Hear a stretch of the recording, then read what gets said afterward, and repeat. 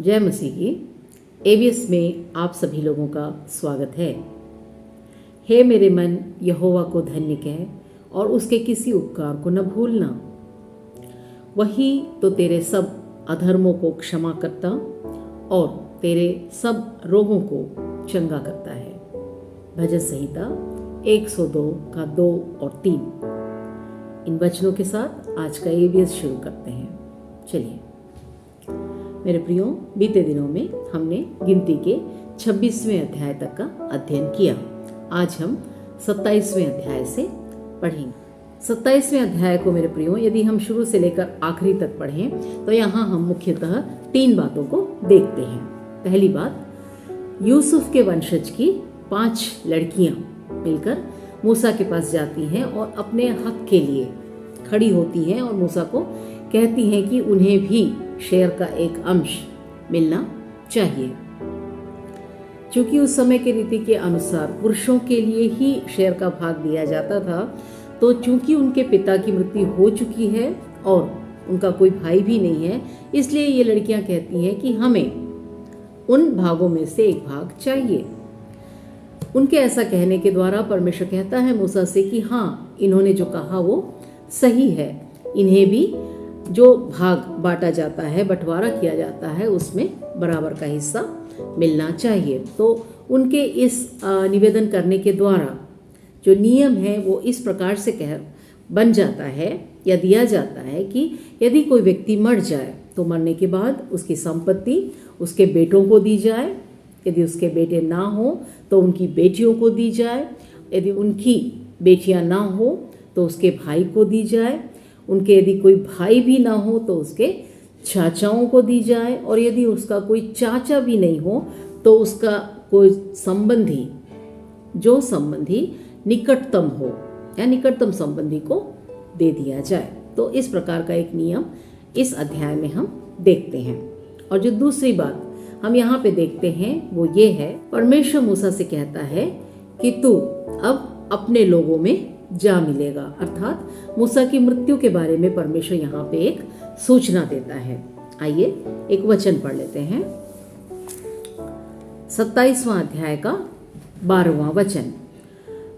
फिर यहोवा ने मूसा से कहा, इस अबारीम नाम पर्वत के ऊपर चढ़कर उस देश को देख ले जिसे मैंने इस्राएलियों को दिया है, और जब तू उसको देख लेगा तब अपने भाई हारून की नाई तू भी अपने लोगों में जा मिलेगा, क्योंकि सीन नाम जंगल में तुम दोनों ने मंडली के झगड़ने के समय मेरी आज्ञा को तोड़कर मुझसे बलवा किया और मुझे सोते के पास उनकी दृष्टि में पवित्र नहीं ठहराया।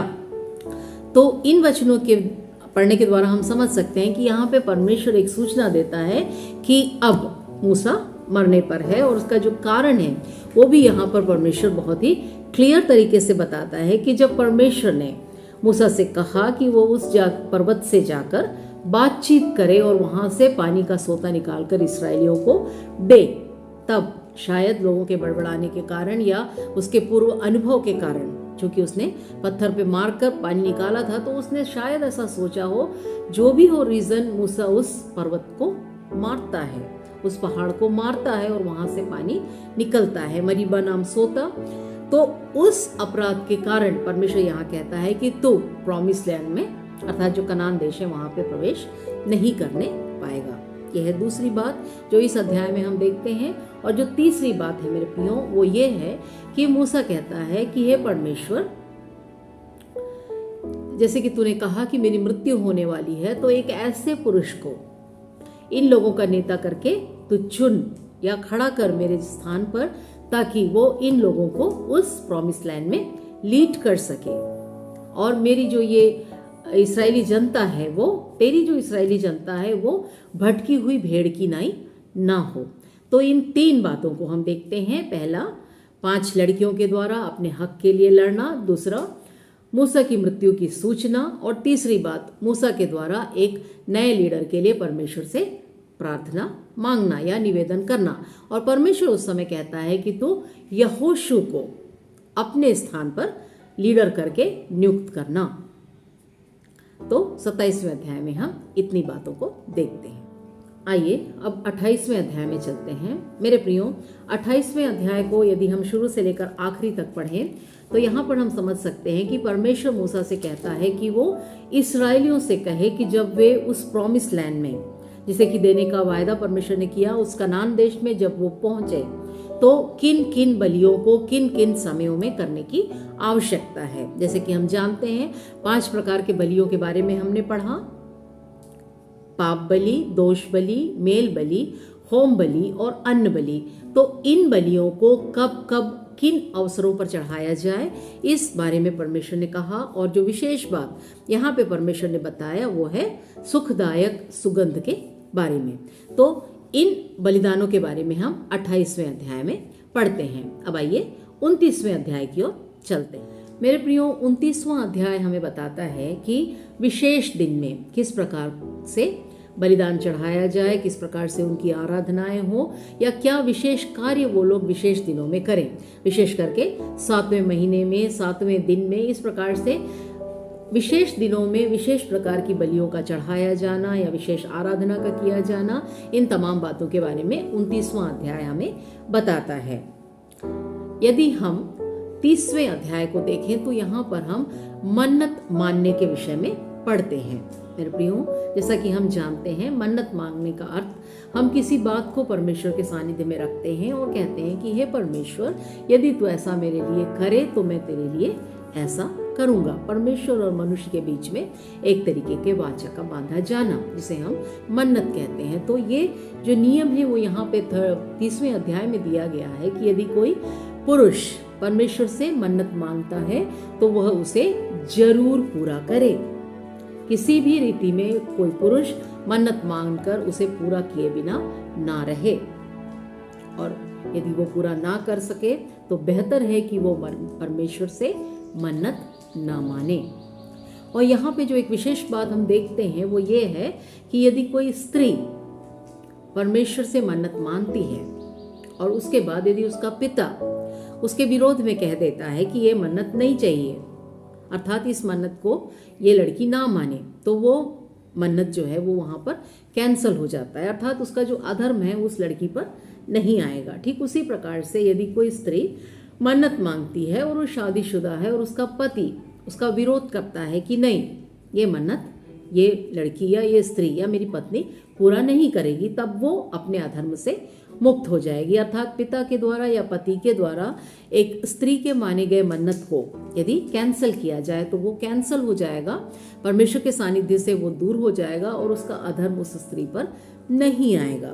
लेकिन यदि पिता या पति उस बात को कैंसिल ना करें तो वो स्त्री ही दोषी होगी या वो अधर्म उसके ऊपर आएगा। इतना हम 30वें अध्याय में पढ़ते हैं। आइए अब 31वें अध्याय की ओर चलते हैं।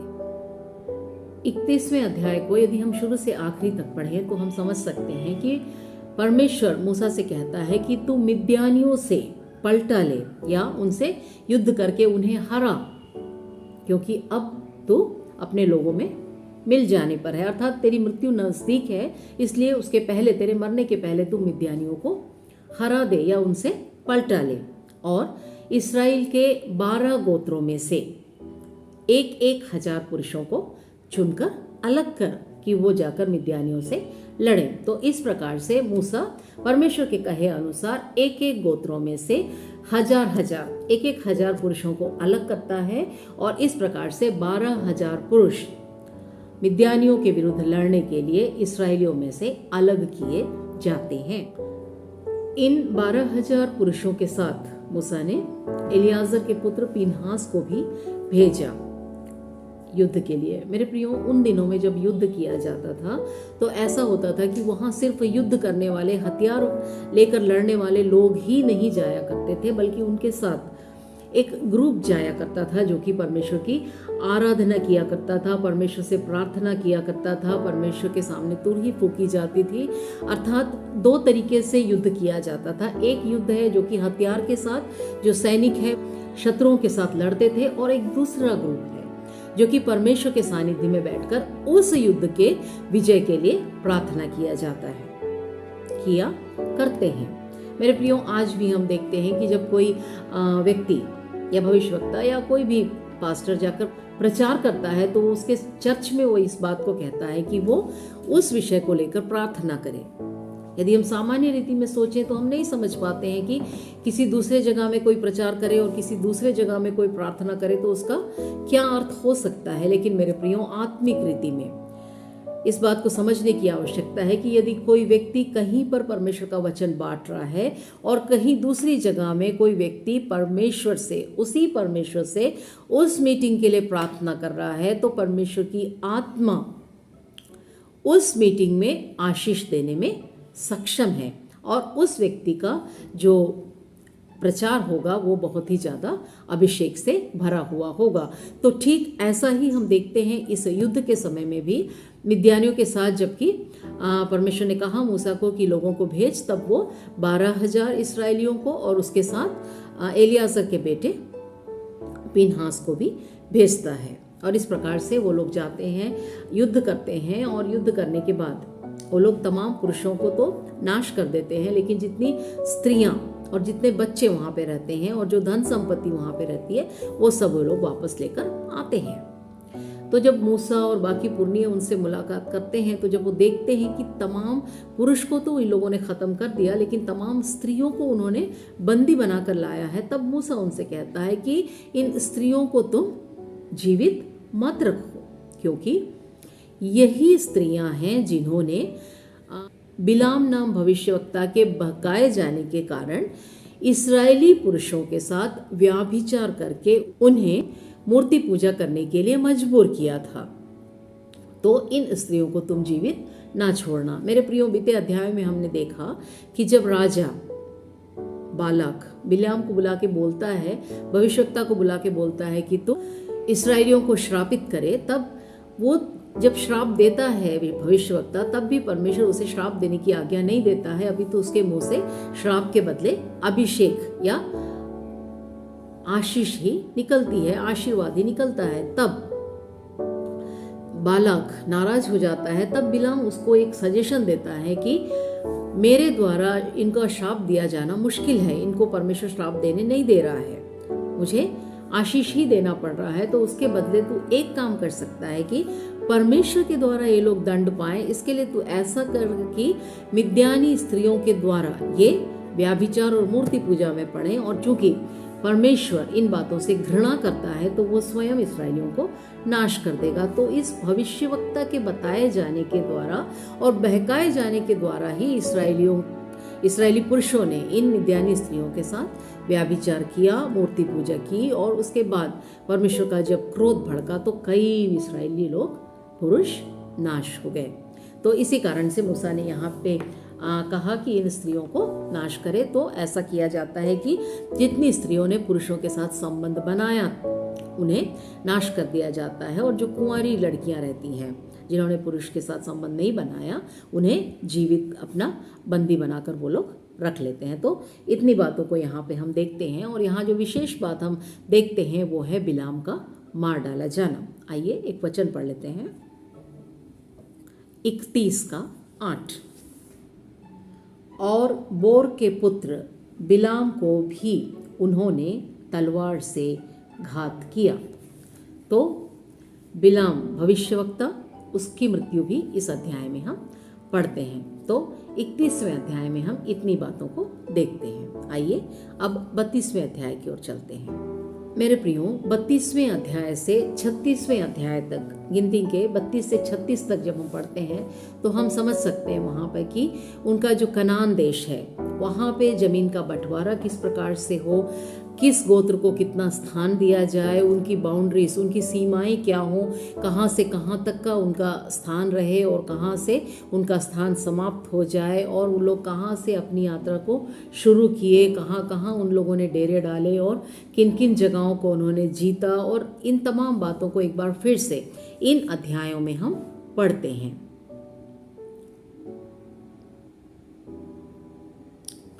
और इन्हीं अध्याय में हम देख सकते हैं कि जो लेवियों को दिया जाने वाला दान है उसके बारे में भी परमेश्वर एक बार फिर से इसराइलियों को कहने के लिए मूसा से कहता है, क्योंकि हमने पहले भी परमेश्वर ने कहा कि इन लेवियों को उनका कोई जगह या जमीन या जायदाद ना हो, अपितु जो परमेश्वर को ये इस्राएली दशवांश दिया करते हैं या जो भेंट चढ़ाया करते हैं उसका एक भाग ही इन लेवियों को दिया जाए।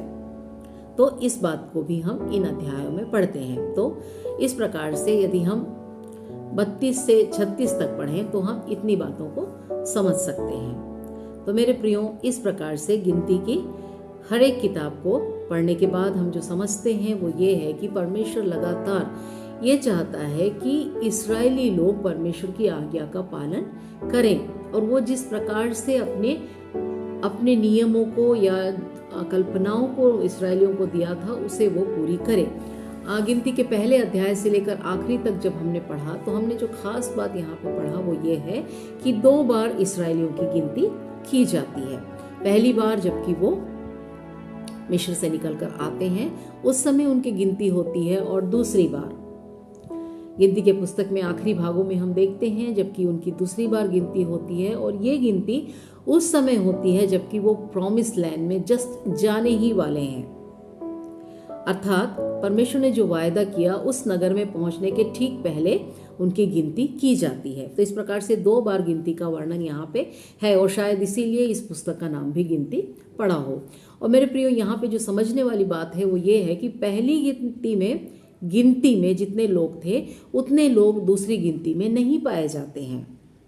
उस जनरेशन के लोगों का जो नाश है उसका कारण बड़बड़ाना, परमेश्वर की निंदा करना, व्याभिचार करना, मूर्ति पूजा करना, परमेश्वर के अभिषिक्त मूसा के खिलाफ बातें करना, परमेश्वर ने जो निर्देश दिए हैं उनका पालन ना करना, जो कल्पनाएं जो आज्ञाएं परमेश्वर ने दी है उसका बहिष्कार करना, उसे तोड़ना और हर प्रकार से परमेश्वर को नाराज करने के कारण ही परमेश्वर का क्रोध इन लोगों के ऊपर भड़कता है और ये लोग नाश हो जाते हैं। लेकिन इस ग्रुप में यहोशू और कालेब, ये 2 व्यक्तियों के बारे में परमेश्वर कहता है कि ये लोग इस प्रॉमिस लैंड में प्रवेश करेंगे।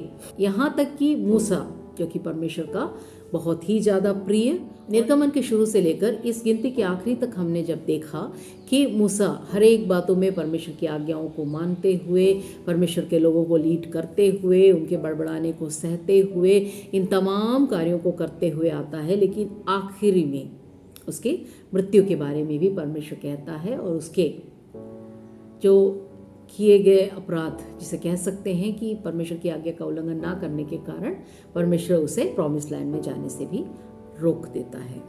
तो इस प्रकार से मेरे प्रियो, यहाँ पे हम गिनती की किताब आज कंप्लीट करते हैं। तो मैं परमेश्वर पिता का धन्यवाद देती हूँ कि उसने हमारी सहायता किया कि मूसा के द्वारा रचित 4थी किताब गिनती को पढ़ने के लिए भी परमेश्वर ने हमारी सहायता किया।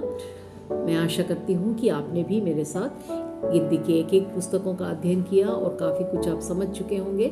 आने वाले दिनों में हम व्यवस्था विवरण से आगे की ओर पढ़ेंगे। आज के लिए सिर्फ इतना ही। अपना ख्याल रखिएगा। परमेश्वर आप सबों को आशीष देवे। जय मसीह।